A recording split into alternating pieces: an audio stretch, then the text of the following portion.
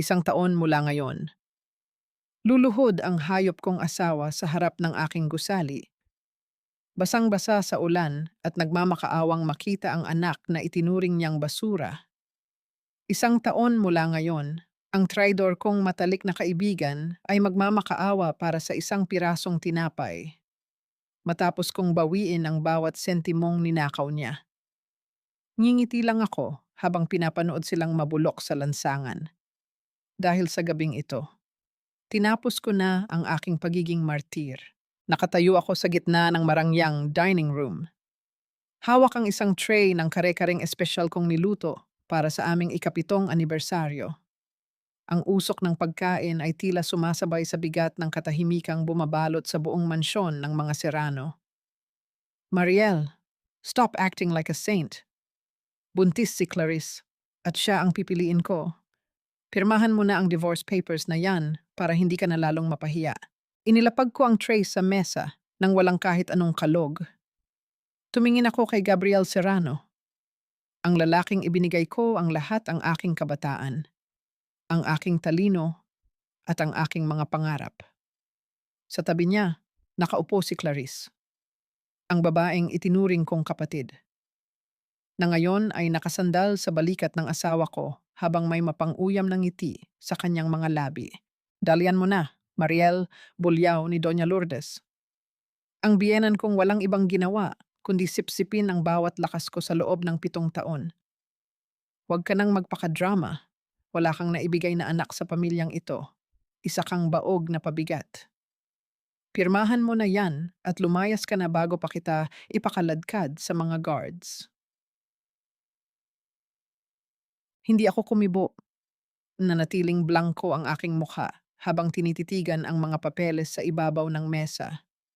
Sa loob ng 7 taon, ako ang utak sa likod ng bawat kontratang nakuha ni Gabriel.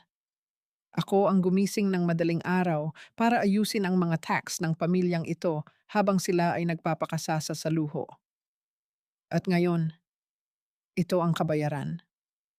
Biglang tumunog ang cellphone ko sa bulsa ng aking apron.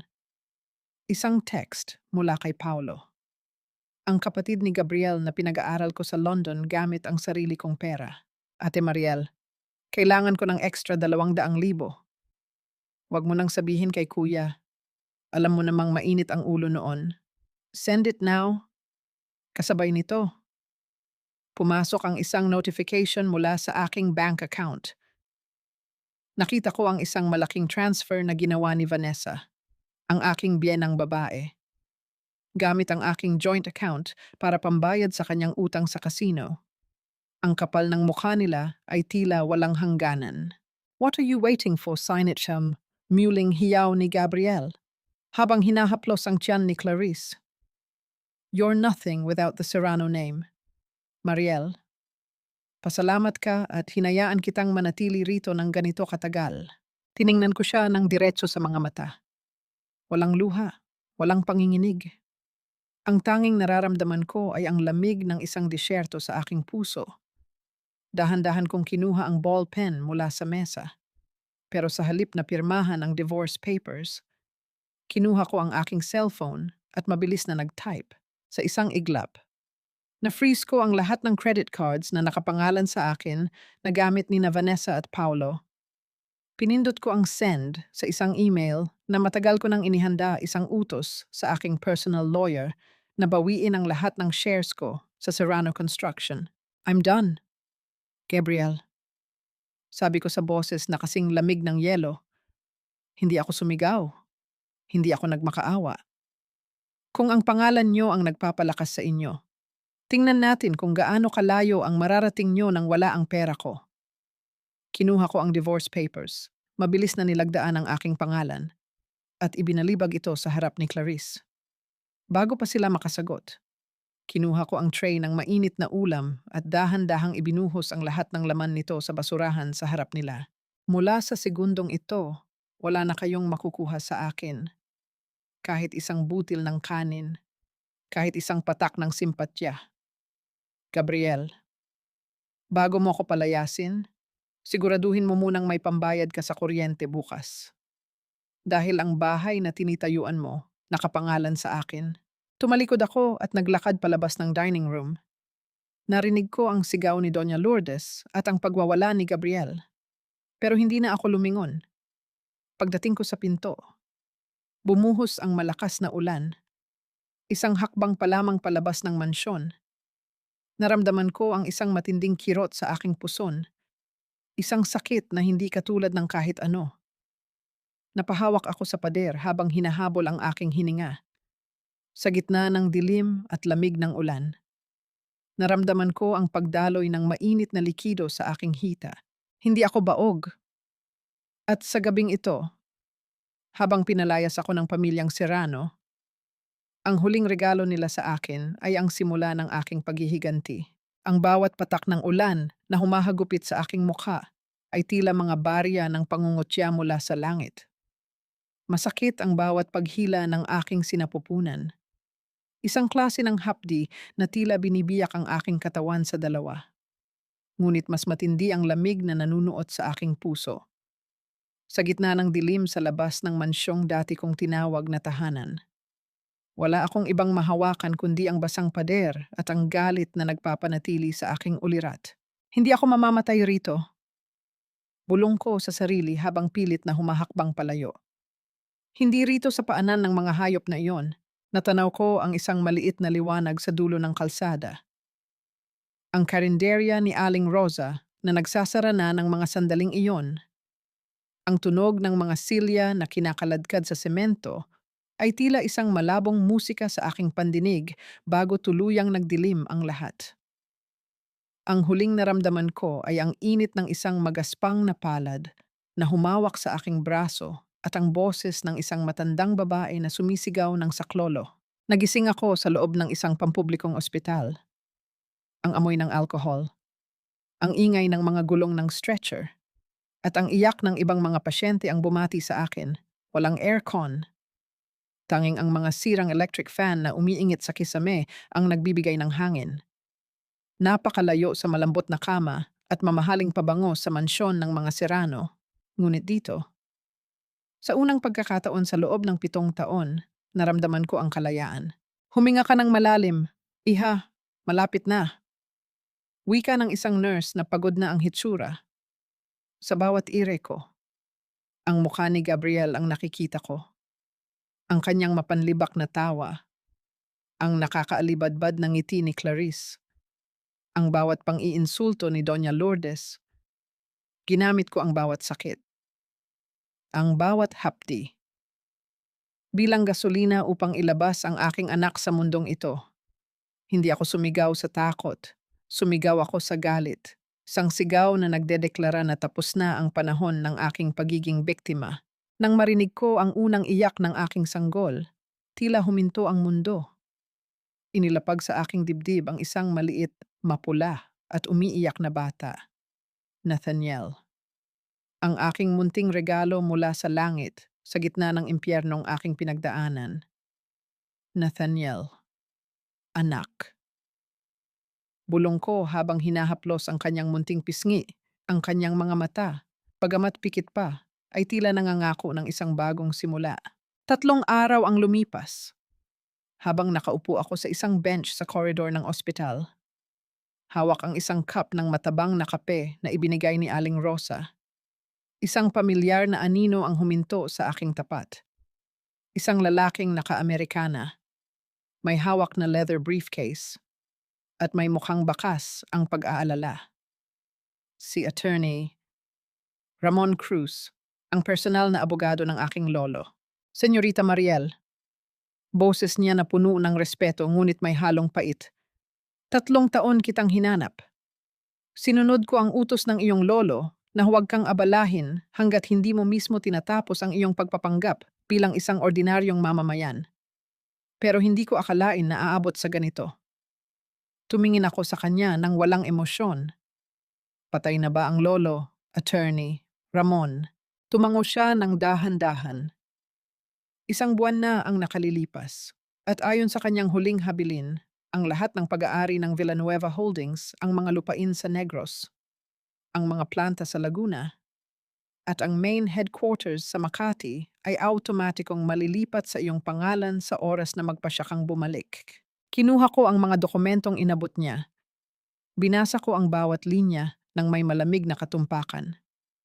Ang pamilya Serrano ay kasalukuyang nakadepende sa isang malaking loan mula sa isang bangko na pag-aari rin pala ng aking pamilya. Isang mapait na ngiti ang sumilay sa aking mga labi. Handa na ang sasakyan sa labas, Senyorita. Wika ni attorney. Ramon. Saan tayo pupunta? Tumingin ako sa aking refleksyon sa salamin ng ospital. Ang maputlang babae na nakita ko 3 araw na ang nakalilipas ay wala na. Ang nakatayo ngayon ay isang Villanueva. Sa head office. Sagot ko. Gusto kong makita ang listahan ng lahat ng utang ng Serrano Construction at Attorney Ramon. Pakihanda ang press release. Sasabihin nating may bago ng chairperson ang kumpanya habang naglalakad kami palabas ng ospital. Kinuha ni attorney Ramon ang kanyang cellphone nang ito ay tumunog. Hello, ano? Sigurado ba kayo? Lumingon siya sa akin.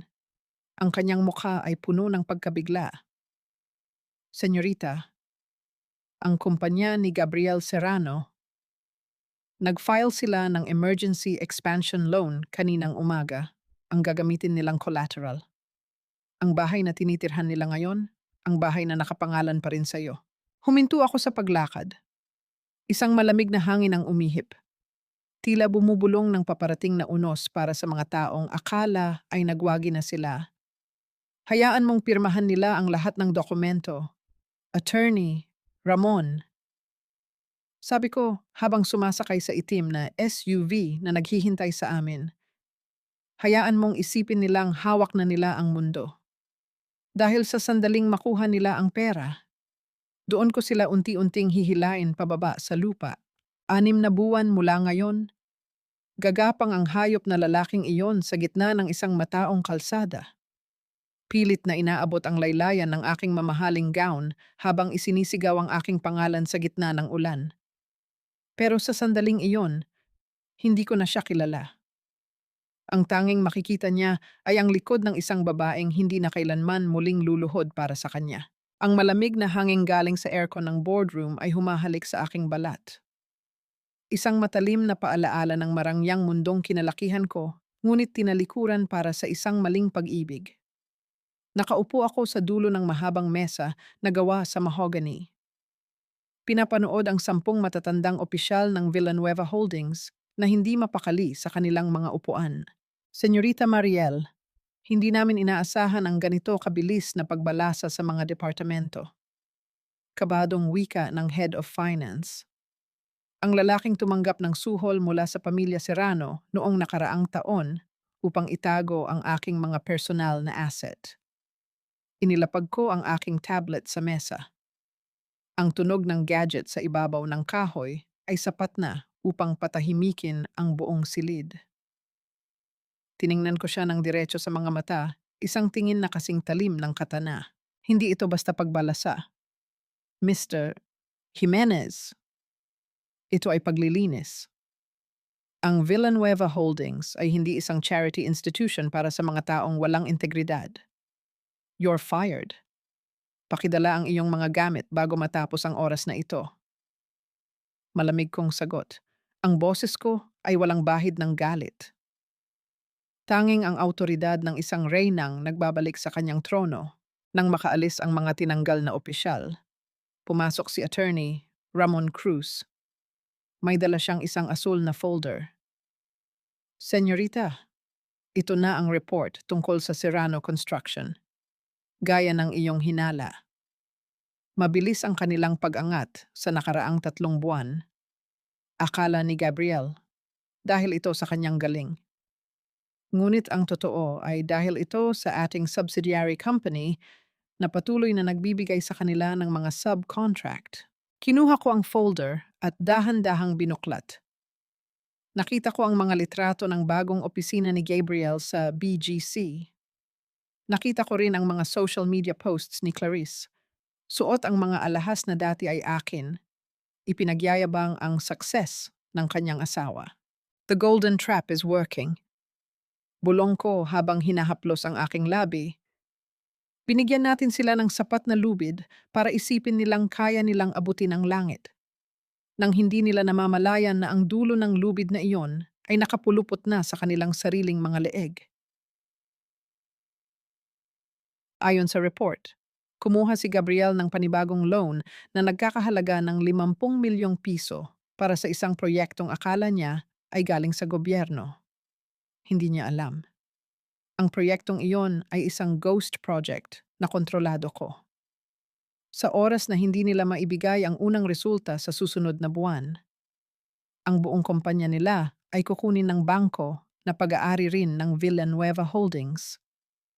Attorney, Ramon, kumusta ang aking espiya sa loob ng mansyon? Tanong ko. Maayos po, senyorita. Si Manang Ising, ang matagal ng katulong ng mga Serrano, ay regular na nagpapadala ng impormasyon.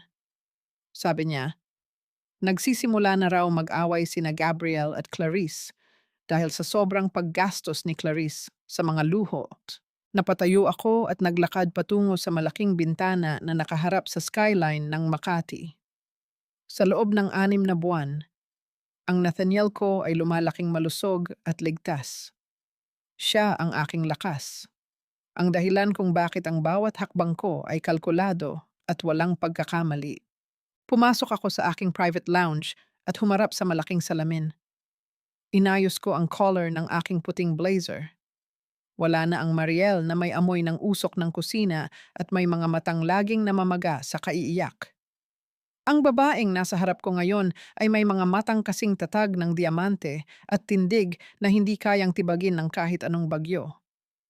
Tapos na ang laro ni Mariel Serrano. Wika ko sa aking refleksyon. Maghanda kayo kay Mariel Villanueva. Senyorita, tawag ni attorney. Ramon mula sa pinto. Napadala na ang mga imbitasyon para sa Villanueva Holdings Anniversary Gala sa susunod na buwan. Nakatanggap na rin po ang pamilya Serrano. Mabuti. Sagot ko habang kinitil ang isang tuyong dahon mula sa halaman sa loob ng opisina. Gusto kong makita ang kanilang mga mukha. Kapag natuklasan nilang ang kamay na nagpapakain sa kanila, ay ang kamay ring dudurog sa kanilang mga pangarap. Isang kislap ng galak ang gumuhit sa aking puso nang makita ko ang RSVP list. Gabriel Serrano at Clarice Mendoza. Sige, magsuot kayo ng pinakamagarbo ninyong damit. Magpakitang gilas kayo. Dahil iyon na ang huling gabi na makakatulog kayo ng mahimbing.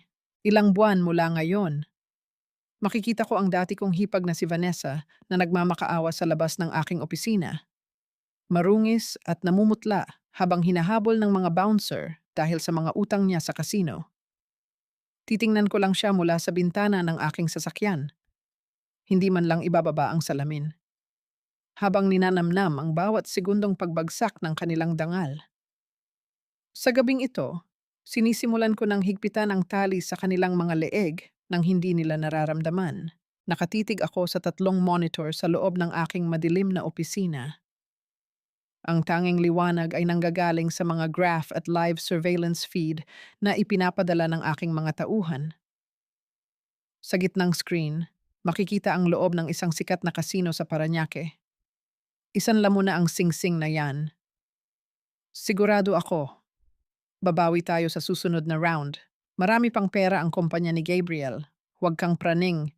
Ang boses ni Vanessa Serrano ay puno ng desperasyon at kasakiman.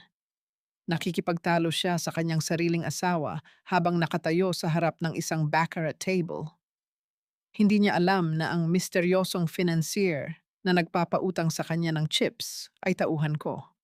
At ang bawat pagkatalo niya ay isang hakbang patungo sa kanilang paghihirap. Inilipat ko ang screen sa isa pang video feed. Dito naman, makikita si Paulo, ang bunsong kapatid ni Gabriel, sa loob ng isang bar. May kausap siyang isang lalaking nagpapanggap na investment broker. Sigurado ka ba rito? Kapag pumasok ako sa scheme na ito, dodoble ang pera ko sa loob ng 1 linggo. Tanong ni Paulo habang nilalagdaan ang isang dokumentong magsasangkot sa kanya sa isang illegal na pyramid scheme. Oo naman, sir. Ang kumpanya niyo ay kilala na ngayon. Ito na ang chance mong patunayan sa kuya mo na hindi ka lang palamunin. Sagot ng aking tauhan. Ngumiti ako ng malamig. Ang pamilya Serrano ay tila mga langgam na nag-uunahan sa isang patibong na puno ng asukal. Masyado silang nabulag sa mabilis na pag-akyat ng kanilang status, kaya hindi nila napapansin ang mga bitak sa ilalim ng kanilang mga paa. Senyorita, narito na ang report tungkol sa pagsasama ni na Gabrielle at Clarice. Wika ni attorney. Ramon na pumasok sa silid ng walang ingay. Gaya ng iyong inaasahan, hindi naging madali ang kanilang pagsasama matapos mong umalis. Dahil sa laki ng pressure sa business, madalas na silang mag-away. Sinisisi ni Gabriel si Clarice sa mga pagkakamali sa accounting, habang si Clarice naman ay laging humihingi ng luho bilang kapalit ng kanyang pananatili. Mabuti. Sagot ko habang pinaglalaruan ang aking mamahaling ballpen sa pagitan ng aking mga daliri. Ang kasamaan ay laging sumisira sa sarili nito. Hindi ko na kailangang magdumi ng kamay. Hahayaan ko lang ang kanilang sariling ugali ang pumatay sa kanila. Kinuha ko ang aking cellphone at tiningnan ang litrato ni Nathaniel na ipinadala ng kanyang yaya. Ang aking anak ay natutulog ng mahimbing, malayo sa ingay at dumi ng mundong ito. Sa bawat pagtitig ko sa kanyang mukha, lalong tumitindi ang aking determinasyon. Ang bawat sentimong kinuha ng mga Serrano sa akin ay babawiin ko nang may kasamang interes, hindi lang pera, kundi ang kanilang buong kinabukasan. Atty. Ramon, ituloy ang plano para sa emergency loan ni Gabriel. Sabihin mo sa bank manager na i-approve ang release ng pondo bukas. Pero siguraduhin mong ang mga fine print sa kontrata ay pabor sa atin. Gusto kong isipin niya na nakakuha siya ng jackpot. Utos ko. Isang malalim na katahimikan ang bumalot sa opisina habang pinapanood ko ang paglabas ni Vanessa sa kasino, umiiyak at wala nang natitirang pera. Ang tunog ng aking sariling paghinga ay tila isang orasan na nagbibilang ng nalalabing oras ng kanilang kaligayahan. Maayos na ang lahat. Senyorita, bukas, magsisimula na ang pagguho ng kanilang tore, sabi ni Attorney Ramon bago nagpaalam. Lumabas ako ng opisina at nagtungo sa parking lot. Habang minamaneho ko ang aking sasakyan sa ilalim ng mga ilaw ng lungsod. Dumaan ako sa tapat ng isang mall. Bigla kong nakita ang isang pamilyar na bulto sa labas ng isang restaurant. Si Gabriel. Mukha siyang stressed at pagod. Malayo sa mapagmataas na lalaking nagpalayas sa akin 6 na buwan na ang nakalilipas. Huminto ako sa tapat ng pedestrian crossing. Sa isang sandali, nagtama ang aming paningin sa gitna ng maraming tao. Ang kanyang mga mata ay nanlaki sa gulat. Ang kanyang labi ay nanginig habang pilit na binibigkas ang isang pangalan na matagal na niyang kinalimutan. Mariel, bago pa siya makahakbang palapit. Mabilis kong inapakan ang gasolinador at iniwan siyang nakatayo sa gitna ng usok at ingay ng kalsada. Hindi pa ito ang oras. Gabriel, magkita tayo sa gala. 1 taon mula ngayon. Hahanapin ni Gabriel ang aking mga yapak sa bawat sulok ng kalsadang ito. Gutom at lito. Habang ang tanging pag-aari na lang niya ay ang mga luhang dati ay ipinagkait niya sa akin. Ngingiti ako habang suot ang aking korona ng tagumpay dahil sa bawat barya na nawawala sa kanya. Nabubuo ang hustisyang matagal ko nang hinintay. Ang tunog ng nabasag na baso ay pumuno sa marangyang sala ng mga Serrano. Isang matalim na ingay na tila sumasalamin sa unti-unting pagkakabitak-bitak ng kanilang huwad na kapayapaan. Ano ba, Gabriel? Kanina ka pa tulala riyan. Hindi mo ba nakikita na kailangan ko ng pambayad sa designer ko para sa gala? Bulyaw ni Clarice. Habang nakatayo sa harap ni Gabriel na may dalang mga shopping bags, inangat ni Gabriel ang kanyang tingin. Ang kanyang mga mata ay puno ng pagod at isang klase ng takot na hindi niya maipaliwanag. Nakita ko siya, Clarice.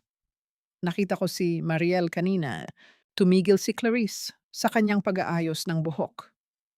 Isang pilit na tawa ang kumawala sa kanyang mga labi. Ngunit bakas ang kaba sa kanyang boses.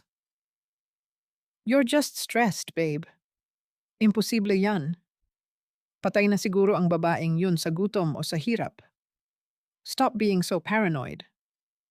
Okay, isipin mo na lang yung loan na nakuha natin. We're rich now. Hindi alam ni Clarice na ang bawat salitang binitawan niya ay tila mga pako sa kabaong na inihahanda ko para sa kanila. Habang nagtatalo sila, si Vanessa naman ay palihim na kinukuha ang isang mamahaling relo mula sa drawer ni Gabriel. Isang desperadong hakbang upang pambayad sa mga lalaking nagbabanta sa kanyang buhay dahil sa utang sa sugal. Ang bawat kilos nila ay nakatala sa isipan ni Manang Ising. Ang aking tapat na mata sa loob ng pamamahay na iyon, sa kabilang dulo ng lungsod, sa loob ng aking opisina sa Villanueva Holdings, ang katahimikan ay tila isang sandata. Nakatitig ako sa dokumento ng Ghost Project na pinasukan ni Gabriel. Ang tunog ng pag-ikot ng aking swivel chair ay ang tanging maririnig sa silid.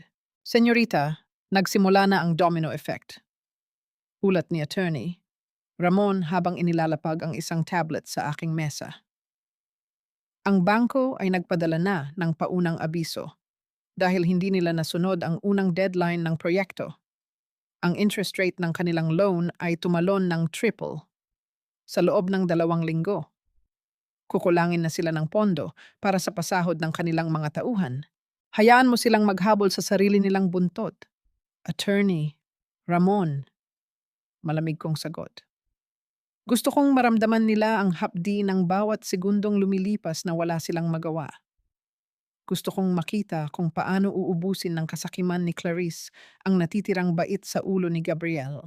Tumayo ako at naglakad patungo sa maliit na silid sa gilid ng aking opisina kung saan mahimbing na natutulog si Nathaniel. Ang kanyang marahang paghinga ay ang tanging musika na nagpapalambot sa aking puso. Hinaplos ko ang kanyang noo, isang pangako ng proteksyon na hindi ko kailanman naramdaman noong ako ay nasa piling pa ng mga Serrano. Para sa iyo ito, anak. Bulong ko sa gitna ng katahimikan. Bumalik ako sa aking mesa at binuksan ang huling report ni Manang Ising. Isang impormasyon ang pumukaw sa aking atensyon. Balak ni Doña Lourdes na isanla ang mga alahas na pag-aari ng pamilya Villanueva, mga alahas na ipinamana sa akin ng aking lolo, ngunit ninakaw nila noong gabi ng aking pag-alis. Isang matalim na ngiti ang sumilay sa aking mga labi. Kinuha ko ang aking telepono at tinawagan ang pinakasikat na auction house sa bansa. Gusto kong bantayan nyo ang bawat transaction ngayong linggo. Utos ko sa kabilang linya. Kapag may lumabas na mga alahas na may tatak ng pamilya Villanueva, bilhin nyo ito sa kahit anong halaga. At siguraduhin nyo na ang pangalan ng buyer ay mananatiling lihim hanggang sa gabi ng gala. Ibinaba ko ang telepono. Ang bawat piraso ng aking nakaraan ay unti-unti nang bumabalik sa akin. Habang ang kinabukasan ng mga Serrano ay unti-unti nang naglalaho sa dilim. Senyorita, tawag muli ni attorney, Ramon. May sulat na dumating mula sa legal department ng bangko. Humihingi si Gabriel ng extension. Ano ang gagawin natin? Tiningnan ko ang orasan sa dingding. Ang bawat pitik nito ay tila isang hatol. Ibigay ang extension, sabi ko, na nagdulot ng pagtataka sa mukha ni attorney. Ramon. Ibigay ang extension. Pero sa isang kondisyon, kailangang pirmahan ni Gabriel ang isang personal guarantee agreement. Gusto ko, kapag bumagsak ang kumpanya niya, hindi lang ang assets ng business ang kukunin natin. Gusto ko, pati ang huling saplot sa katawan nila ay maging pag-aari ko. Ang gabi ay lumalim. At sa bawat pagpikit ng aking mga mata, nakikita ko ang mukha ni Gabriel sa gala, ang mukha ng isang lalaking akala ay nasa rurok na ng tagumpay. Bago ko tuluyang hilahin ang rugo sa ilalim ng kanyang mga paa. Ilang buwan mula ngayon, hahagulgol ang dating biyenan kong sakim sa labas ng aking gate. Suot ang maruming duster at bitbit ang mga alahas na wala ng halaga dahil lahat ng iyon ay nabawi ko na. Titingnan ko lang siya mula sa itaas ng aking balkonahe. Hindi para maawa, kundi para panoorin ang unti-unting pagguho ng huling piraso ng kanyang kapalaluan. Sa gabing ito, ang panulat na hawak ng aking asawa ang mismong maghuhukay ng kanilang libingan. Nakatayo si Gabriel sa loob ng isang pribadong opisina sa bangko. Hindi niya alam na sa kabilang panig ng one-way mirror ay nakatayo ako. Pinagmamasdan ang bawat butil ng pawis na namumuo sa kanyang noo. Hawak niya ang isang mamahaling ballpen. Pilit na itinatago ang panginginig ng kanyang mga daliri sa harap ng bank manager na aking tauhan. Sigurado ba kayo na ito lang ang tanging paraan? Masyadong mabigat ang personal guarantee na ito. Bakit kailangang pati ang mga personal na ari-arian namin ay kasama sa collateral? Ang boses ni Gabriel ay puno ng pag-aalinlangan, ngunit bakas din ng desperasyon. Ang bank manager, na tumanggap na ng aking direktiba, ay ngumiti ng tipid at dahan-dahang inurong ang mga dokumento palapit sa kanya. Mr. Serrano, ang kumpanya niyo ay nasa bingit ng default. Ang Villanueva Holdings, na siyang main creditor niyo, ay nagbigay na ng pabor. Ito na ang huling pagkakataon niyo para isalba ang inyong pangalan.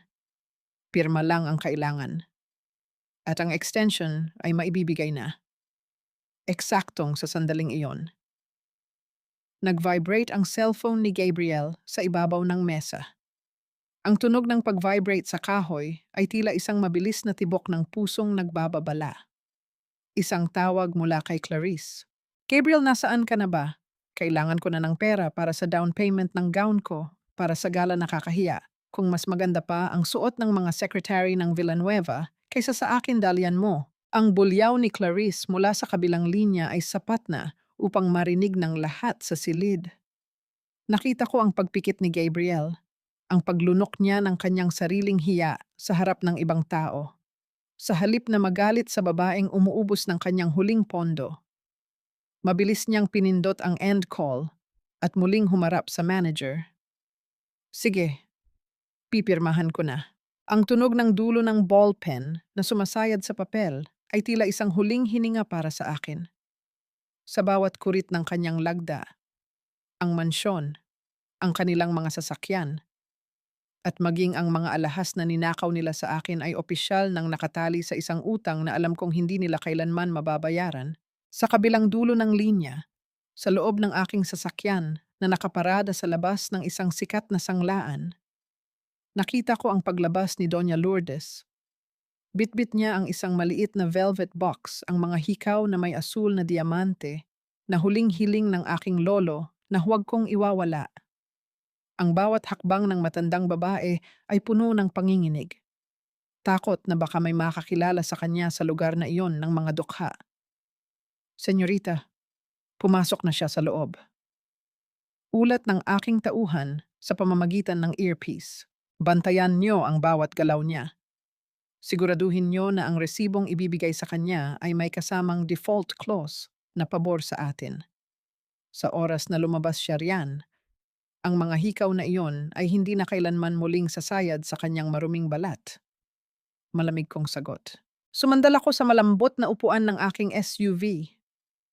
Ang lamig ng aircon ay tila yumayakap sa aking katawan, ngunit ang apoy sa aking loob ay lalong nag-aalab. Habang pinapanood ko ang paglabas ni Doña Lourdes na may hawak na makapal na sobre ng pera, naramdaman ko ang isang kakaibang klase ng kaligayahan. Isang kaligayahan na hindi nanggagaling sa yaman, kundi sa katotohanang ang bawat piraso ng kanilang buhay ay unti-unti nang nagiging pag-aari ko. Tommy Ramon, tawag ko sa aking cellphone. Ihanda na ang lahat para sa bukas. Gusto kong makatanggap si Gabriel ng isang special invitation para sa isang meeting sa Villanueva headquarters.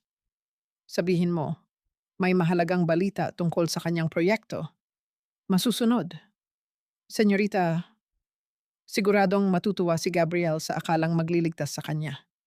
Sagot ni attorney. Ramon na may himig ng tuso.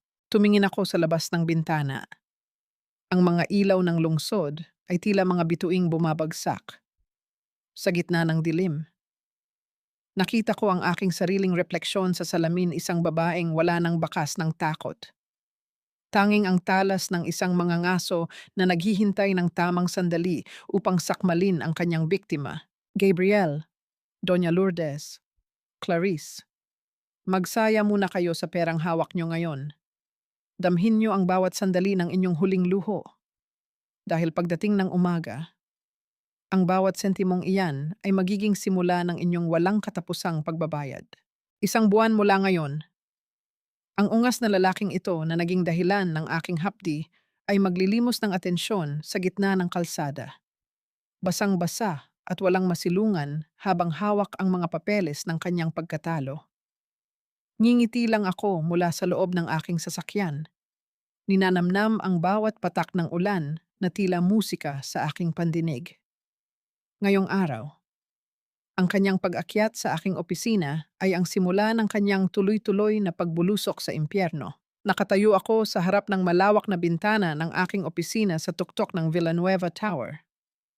Ang tanawin ng Makati ay tila isang chessboard kung saan ako ang reyna at ang mga Serrano ay mga kawal na isa-isang nalalaglag. Narinig ko ang mahinang pagkatok ni Attorney Ramon na sinundan ng pagbukas ng pinto. Senyorita, narito na si Mr. Gabriel Serrano. Mukhang hindi siya mapakali sa lobby. Ulat ni Attorney Ramon na may tipid ng ngiti. Papasukin mo siya, Attorney Ramon. Siguraduhin mong ang lahat ng CCTV ay nakarecord. Gusto kong makita ang bawat detalye ng kanyang pagkawasak. Tugon ko ng hindi lumingon.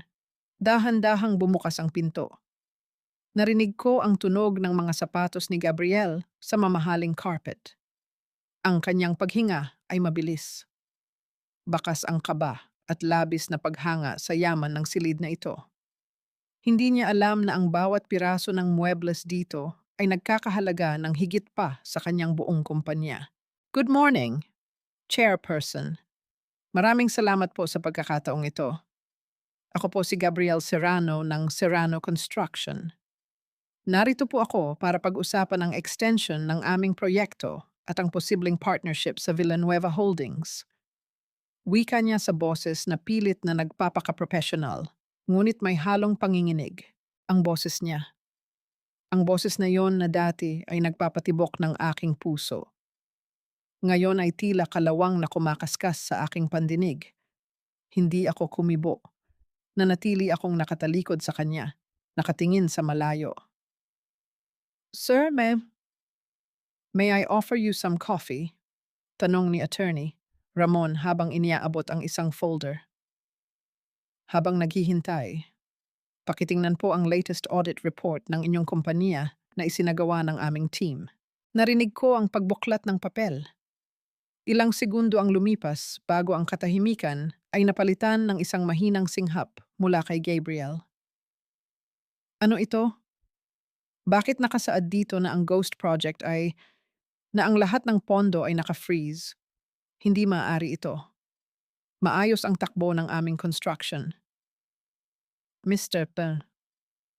Serrano, ang proyektong pinagkakatiwalaan mo ay hindi kailanman naging totoo. Ito ay isang bitag para sa mga taong sakim at walang integridad. Malamig na wika ni Attorney Ramon. Eksaktong sa sandaling iyon. Nag-vibrate ang cellphone ni Gabriel sa ibabaw ng mesa. Ang ingay nito ay tila isang alarm sa gitna ng gabi. Isang tawag mula sa kanyang ina, si Doña Lourdes. Dahil naka-speaker ito nang hindi niya sinasadya sa pagmamadali. Narinig ang boses ng matanda na puno ng takot. Gabriel, asan ka na ba? May mga lalaking narito sa bahay. Sinasabi nilang kukunin na raw nila ang mga sasakyan at ang mansyon dahil sa utang mo sa bangko, Gabriel. Gawin mo ang lahat. Huwag mo silang hayaan. Namutla si Gabriel. Ang folder na hawak niya ay dahan-dahang nalaglag sa sahig. Ang mga papel ay nagkalat tila mga puting talulot ng isang patay na bulaklak. Tumingin siya sa aking silya. Ang kanyang mga mata ay puno ng desperasyon. Chairperson, please, tulungan niyo ako. Hindi ko alam na aabot sa ganito. May pamilya ako. May asawa akong buntis. Gagawin ko ang lahat. Pakisabi lang kung ano ang kailangan. Dahan-dahan kong ipinikit ang aking mga mata. Ninanamnam ang bawat kataga ng kanyang pagmamakaawa. Pagkatapos, dahan-dahan kong inikot ang aking swivel chair para harapin siya. Ang gulat sa kanyang mga mata ay hindi matatawaran. Ang kanyang labi ay nawalan ng kulay. Ang kanyang panga ay lumaylay habang nakatitig sa akin. Ma, Mariel, ikaw paano? Bakit? Huwag mong banggitin ang pangalan ko. Gabriel, wala kang karapatan. Sabi ko sa boses na kasing talim ng labaha. Ang babaeng pinalayas mo sa ulan 6 na buwan na ang nakalilipas ay patay na. Ang nasa harap mo ngayon ay ang taong may-ari ng bawat hininga ng kumpanya mo. Tumayo ako at naglakad palapit sa kanya. Ang tunog ng aking high heels sa sahig ay tila hatol ng isang hukom. Kinuha ko ang isang dokumento mula sa mesa at inilagay ito sa tapat ng kanyang mukha. Ito ang foreclosure notice para sa mansyon nyo. At ito naman ang utos para sa pag-aresto kay Paulo at Vanessa para sa fraud at money laundering. Gabriel, simula ngayong araw, wala ka ng bahay, wala ka ng pera, at wala ka ng kumpanya. Mariel, please, patawarin mo ako. Nagkamali ako. Muli niyang bulong habang dahan-dahang lumuluhod sa harap ko. Ang pagpapatawad ay para sa mga taong marunong magsisi, Gabriel. Pero ang katarungan ay para sa mga taong tulad ko. Sagot ko habang tinatawagan ang security. Attorney, Ramon, paki-escort si Mr. Serrano palabas. At pakisabi sa mga guards, huwag siyang hayaang makatapak muli sa gusaling ito. Habang kinakaladkad si Gabriel palabas, narinig ko ang kanyang mga sigaw ng pagsisisi na tila mga alingaw-ngaw sa malawak na hall. Hindi ako gumalaw. Nanatili akong nakatayo, malamig at matatag. Ngunit bago tuluyang sumara ang pinto, may isang tawag na pumasok sa aking private line. Senyorita, boses ni Manang Ising mula sa kabilang linya. Si Clarice. Tumakas po siya. Bitbit niya ang lahat ng natitirang cash at mga hiyas na naitabi ni Gabriel. Pero ang masama po, hindi po siya buntis. Lahat po ay isang malaking kasinungalingan. Napaawang ang aking labi, hindi dahil sa gulat, kundi dahil sa puot na nararamdaman ko para sa lalaking kakaalis lang.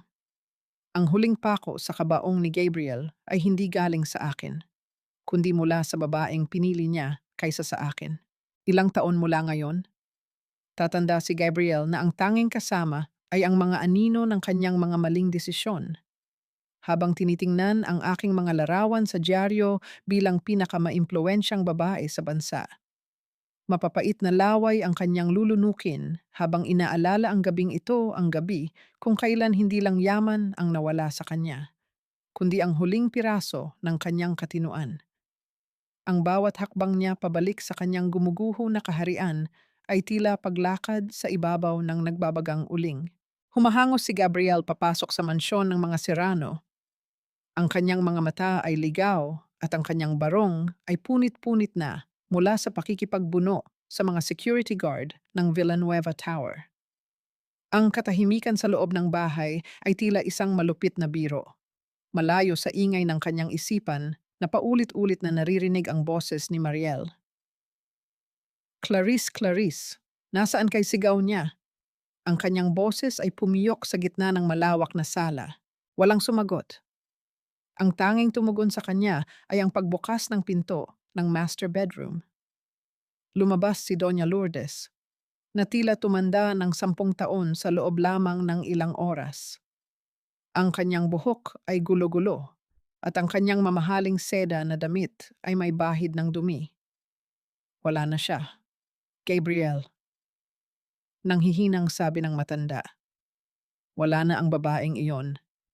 Kinuha niya ang lahat. Ang vault mo, ang mga alahas ko, pati ang huling pera sa drawer ng kapatid mo. Ninakaw niya. Napaluhod si Gabriel sa gitna ng marmol na sahig. Ang anak ko, ang bata sa sinapupunan niya. Isang mapait na tawa ang kumawala sa mga labi ni Doña Lourdes. Inihagis niya ang isang manipis na foam sa harap ng kanyang anak, isang peking tiyan na ginagamit ng mga artista. Yan ang anak mo, Gabriel. Isang pirasong bula. Niloko tayo ng babaeng iyon mula sa simula. At ikaw, dahil sa sobrang pagkabulag mo, itinapon mo ang tunay na ginto para sa isang basurang tanso. Sa kabilang dulo ng lungsod, sa loob ng aking tahimik na nursery, dahan-dahan kong inuugoy ang duyan ni Nathaniel. Ang bawat marahang pag-indayog ng kahoy ay tila nagpapatulog din sa aking mga galit na alaala. Hawak ko ang aking tablet. Pinapanood ang live feed mula sa nakatagong camera na iniwan ni Manang Ising bago siya tuluyang umalis sa mansyon. Nakita ko ang paghagulgol ni Gabriel sa sahig. Nakita ko ang paghampas ni Doña Lourdes sa kanyang sariling dibdib sa pagsisisi. Hindi ako nakaramdam ng awa. Ang tanging naramdaman ko ay ang tamis ng hustisya na dahan-dahang natutunaw sa aking dila. Attorney Ramon. Tawag ko sa aking Bluetooth headset habang hindi inaalis ang tingin sa aking anak. Ipadala na ang mga truck bukas ng 8:00 ng umaga. Gusto kong makuha ang bawat piraso ng muebles sa mansyong iyan. Isama niyo pati ang mga kortina. Gusto kong iwanan silang nakatitig sa 4 na bakanteng pader. Masusunod, Chairperson. Sagot ni Attorney Ramon. Pero may isa pa kaming natuklasan. Si Paulo ay nahuli na ng mga pulis sa akto ng pagbebenta ng mga nakaw na kagamitan mula sa kumpanya. Kasalukuyan na siyang nasa presinto. Isang maikling buntong hininga ang pinakawalan ko. Hayaan siyang mabulok doon. Huwag niyo siyang hahayaang makapagpiyansa.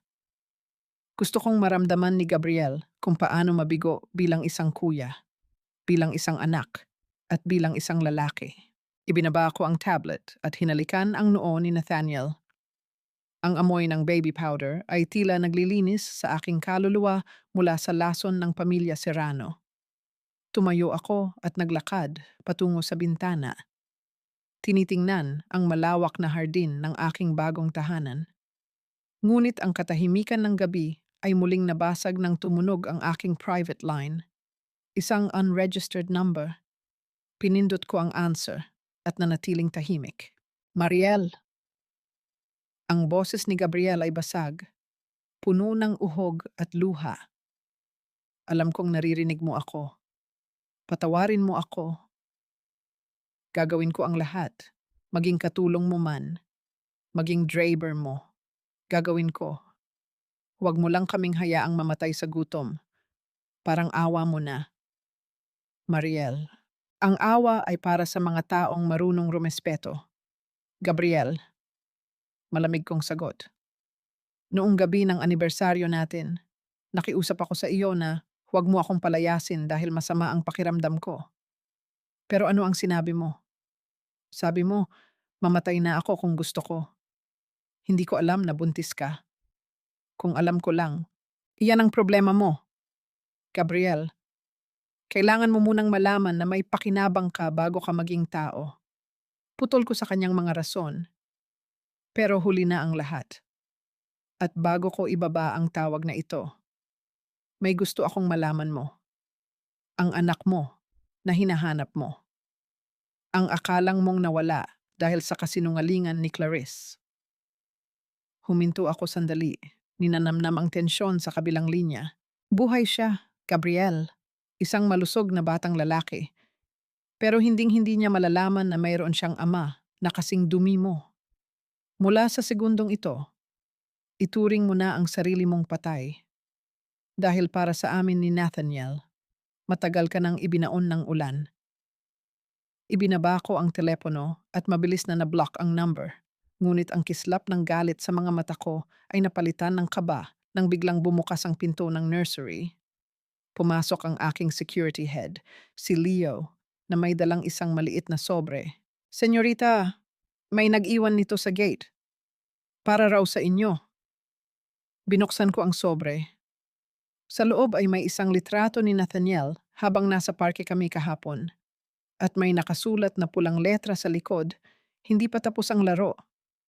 Mariel, kung hindi mo ibabalik ang pera ko, kukunin ko ang kaisa-isang bagay na mahalaga sa iyo. Ang sulat kamay ay kay Clarice. Ang babaeng akala ko ay tumakas na, ay nagtatago lang pala sa dilim. Naghihintay ng pagkakataon na muling manakit. Ilang buwan mula ngayon, makikita ko si Clarice sa likod ng rehas.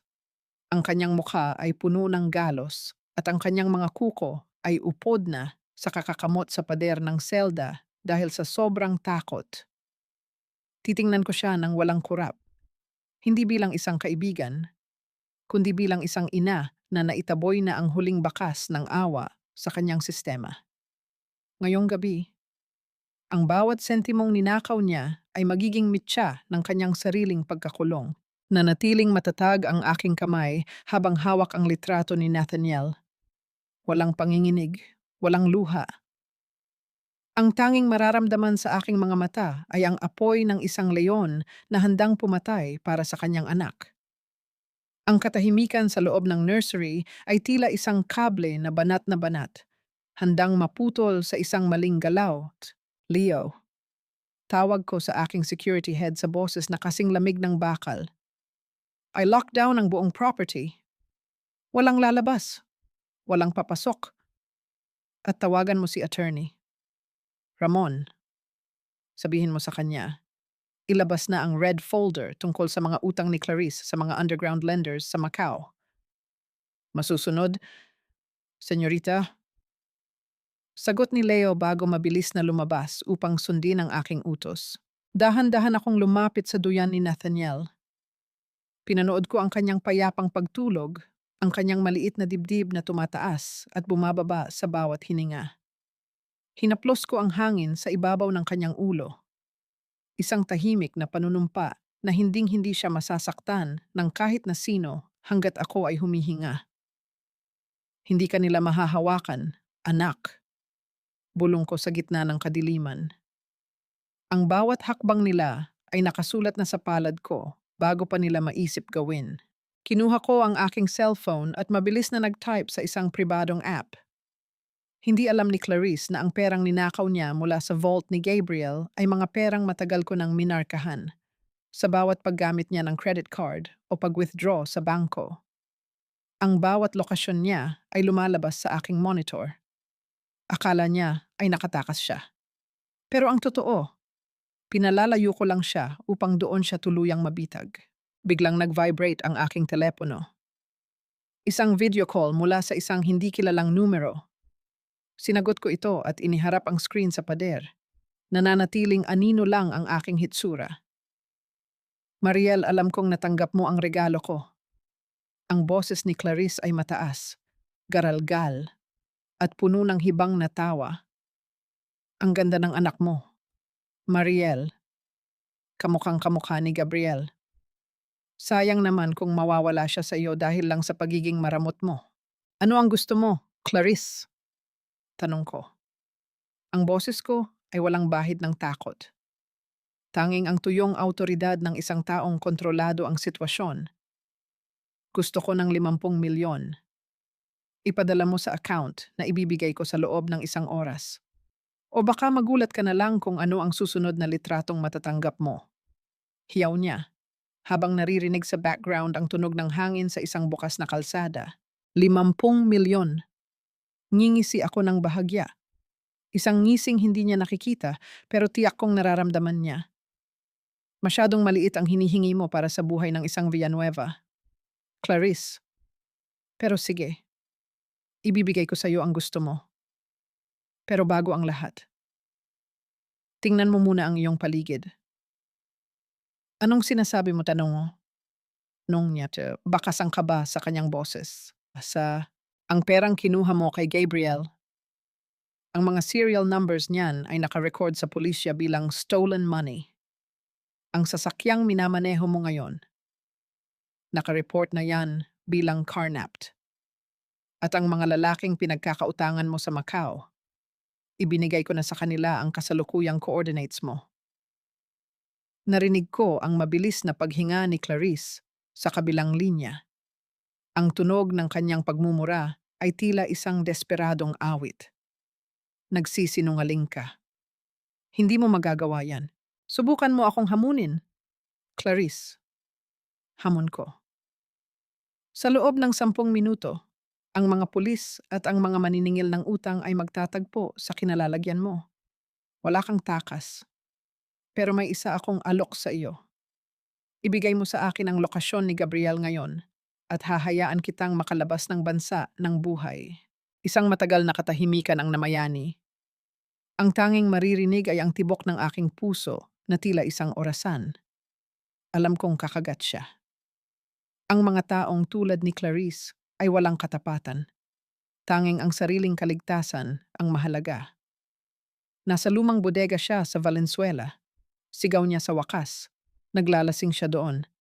Nagmumukmok Mariel. Gawin mo na ang sinabi mo.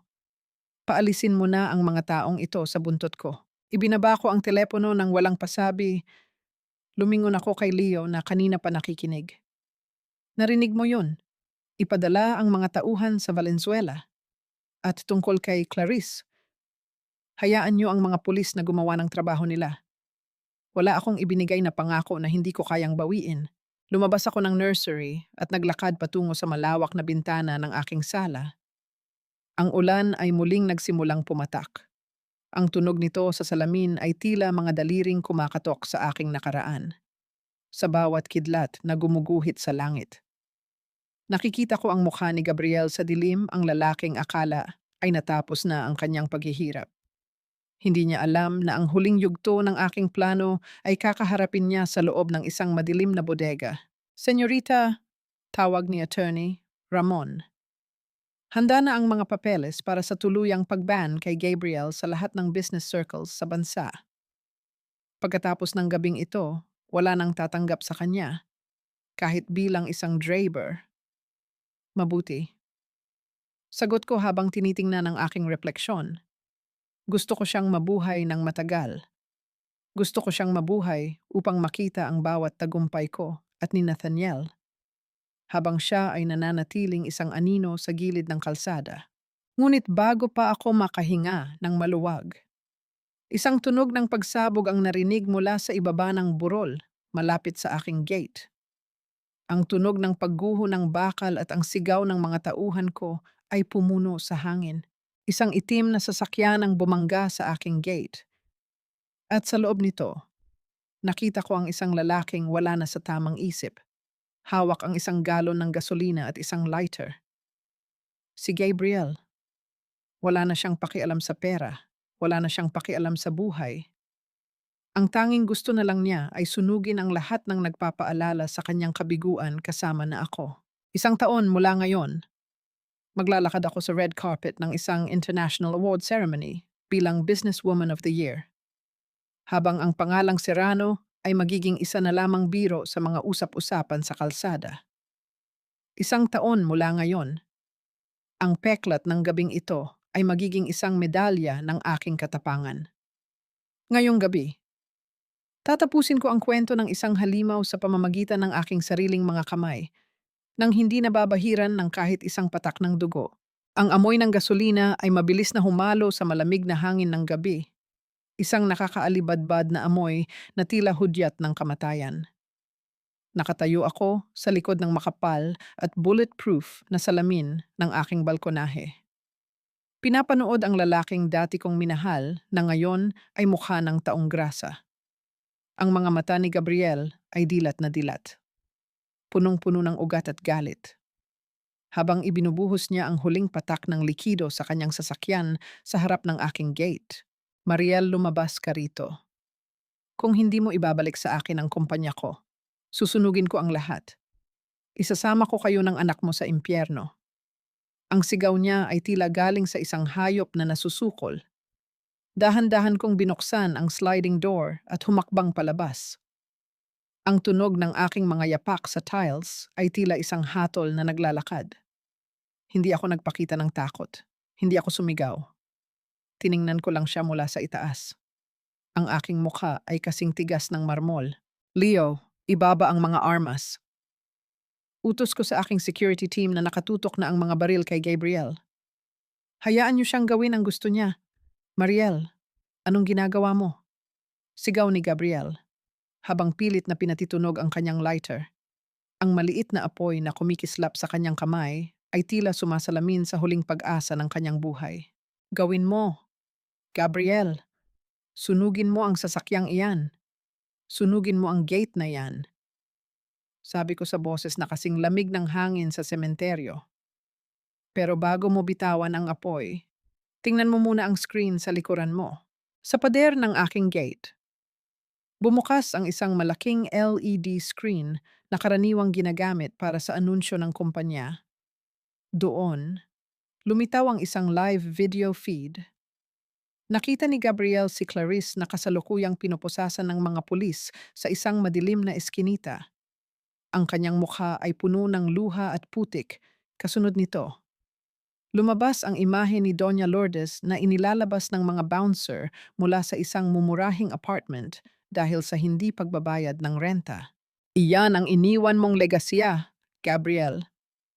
Patuloy ko, habang dahan-dahang bumababa sa hagdan patungo sa kanya. Bitbit ang isang tablet. Ang pamilya mo ay wasak na. Ang kumpanya mo ay akin na. At ang anak mo, hinding-hindi siya magiging isang serrano. Papatayin kita. Hiyaw niya. Sabay takbo patungo sa gate. Bitbit ang lighter. Sige, gawin mo. Hamon ko habang humihinto sa harap mismo ng bakal na bakod. Ang distansya namin ay ilang pulgada na lang. Ngunit tila milya-milya ang layo ng aming mga mundo. Subukan mong maging bayani sa harap ng apoy. Pero tandaan mo ito sa oras na mabitawan mo ang lighter na iyan. Ang lahat ng ebidensya ng pagiging biktima mo ay mawawala. Mabubuhay ka sa kulungan bilang isang baliw na arsonista. Habang ako ay patuloy na mamumuhay sa rurok ng tagumpay. Napatigil si Gabriel. Ang panginginig ng kanyang kamay ay naging mas malala. Tiningnan niya ang lighter. Tiningnan niya ako. At tiningnan niya ang screen kung saan ang kanyang ina ay kasalukuyang nakaluhod sa kalsada. Ang bawat segundo ng katahimikan ay tila isang toneladang bigat na dumadagan sa kanyang balikat. Bakit? Bakit mo ginagawa ito sa akin? Bulong niya. Ang kanyang boses ay nawalan na ng lakas. Dahil noong kailangan ko ang awa mo, ibinigay mo sa akin ang ulan. Sagot ko. Ngayon, ibinibigay ko sa iyo ang katarungan. Sa isang iglap, binitawan ni Gabriel ang lighter, hindi sa gasolina, kundi sa basang semento. Napaluhod siya at humagulgol na parang isang bata sa gitna ng ulan. Ang tunog ng kanyang pag-iyak ay tila isang aling-aungaw ng lahat ng mga gabing iniyakan ko sa loob ng 7 taon. Mabilis na kumilos sina Leo at ang mga pulis na kanina pa nakatago sa dilim. Pinigilan nila si Gabriel at dinala sa loob ng police car. Bago isara ang pinto ng sasakyan, tumingin ako sa kanya sa huling pagkakataon. Walang galit, walang puot. Tanging ang malinis na katahimikan ng isang babaeng nakalaya na sa wakas. Pumasok ako muli sa loob ng aking mansyon. Ang bawat sulok ng bahay ay tila humihinga ng maluwag kasabay ko. Nagtungo ako sa kwarto ni Nathaniel at binuhat siya mula sa kanyang duyan. Ang amoy ng kanyang balat ay tila isang gamot sa lahat ng sugat ng aking nakaraan. Tapos na. Anak. Bulong ko habang idinidikit ang aking pisngi sa kanyang noo. Wala na ang mga halimaw. Tayo na lang ang natitira. Umupo ako sa tapat ng bintana habang pinapanood ang pagsikat ng araw sa abot-tanaw. Ang kulay rosas at kahel na langit ay tila isang pangako ng isang bukas na wala ng kasinungalingan. Ang bawat sentimo ng aking paghihiganti ay bayad na. At ang natitira na lamang ay ang mahabang kalsada patungo sa kapayapaan na ako mismo ang naglikha. 5 taon mula sa gabing iyon ng ulan at poot. Ang bawat hakbang ko sa makinis na sahig ng Nathaniel Foundation ay tila isang marahang sayaw ng tagumpay. Ang dating mansyon ng mga Serrano, na dati ay puno ng panlalait at mga lihim, ay isa na ngayong kanlungan para sa mga kababaihang naging biktima ng pang-aabuso at pagtataksil. Binili ko ang bawat piraso ng lupang ito, hindi para magyabang, kundi para itayo ang isang monumento ng pag-asa mula sa mga abo ng aking nakaraan. Nakatayo ako sa balkonahe, suot ang isang simpleng puting bestido na sumasabay sa ihip ng hangin. Wala na ang mabibigat na alahas, wala na ang baluti ng galit. Ang tanging suot ko ay ang kapayapaang pinagtrabahuhan ko ng maraming taon. Chairperson, handa na po ang lahat para sa ribbon cutting. Wika ni attorney, Ramon na lumapit sa aking likuran. Bahagyang tumanda na siya, ngunit ang respeto sa kanyang mga mata para sa akin ay lalong tumibay. Salamat, attorney. Ramon, mauna ka na sa ibaba. Susunod ako, sagot ko ng may banayad ng ngiti. Bago ako bumaba, tiningnan ko ang huling report na nasa aking mesa. Si Gabriel Serrano ay kakalabas lang ng Rehabilitation Center kamakailan. Balita ko ay nagtatrabaho siya ngayon bilang isang kargador sa Pantalan, malayo sa marangyang buhay na dati niyang ipinagmamalaki. Si Doña Lourdes naman ay nananatili sa isang charity ward ng ospital. Mag-isa at walang dumadalaw. Bit-bit ang kanyang pagsisisi hanggang sa huling sandali. Si Clarice ay nananatili sa likod ng rehas. Binubuno ang parusa sa kanyang mga krimen. Wala na akong nararamdamang poot. Ang hiling ko na lamang ay sana ay mahanap nila ang kanilang sariling kapayapaan sa gitna ng kanilang pagbabayad. Ang pagpapatawad ko ay hindi para sa kanila, kundi para sa aking sarili upang hindi na ako muling maging bilanggo ng kanilang mga alaala. Mama look. Ang boses ng aking anak ay tila isang masayang himig na pumutol sa aking malalim na pag-iisip. Si Nathaniel, sa edad na 5, ay ang buhay na imahe ng katatagan. Sa kanyang mga mata, nakikita ko ang kinabukasan na walang bahid ng kasinungalingan. Binuhat ko siya at hinalikan sa pisngi. Ninanamnam ang amoy ng kanyang pagkabata. Napakaganda ng araw mo, anak. Gaya ng araw nating lahat ngayon. Bulong ko sa kanya, kasama si Aling Rosa, na ngayon ay tumatayong lola ni Nathaniel. Naglakad kami pababa sa harap ng maraming tao. Ang mga flash ng camera at ang palakpakan ng mga tao ay hindi na nagpapakaba sa akin. Ang bawat tao sa paligid ko, si Attorney Ramon, ang aking mga empleyado, at ang mga kababaihang tinutulungan namin ay ang aking tunay na pamilya.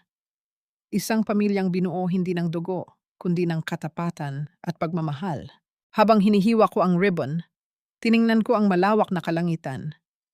Ang ulan ay malayo na, at ang sikat ng araw ay tila isang mainit na yakap mula sa aking lolo. Ang kapangyarihan ay hindi nanggagaling sa yaman o sa pangalan, kundi sa lakas ng loob na tumayo muli matapos ang bawat pagkakataon na tayo ay itinumba. Ang aking pangalan ay Mariel Villanueva, isang asawa na niloko, isang ina na lumaban, at isang babaeng sa wakas ay nahanap ang kanyang sariling trono. Ang kwento ko ay hindi nagtapos sa paghihiganti, kundi sa isang bagong simula na puno ng pag-asa, katarungan, at tunay na kaligayahan sa bawat babaeng nakikinig. Tandaan niyo ito, huwag kayong matakot sa ulan. Dahil pagkatapos ng pinakamalakas na unos, ang pagsikat ng araw ay laging nakalaan para sa mga marunong maghintay at lumaban.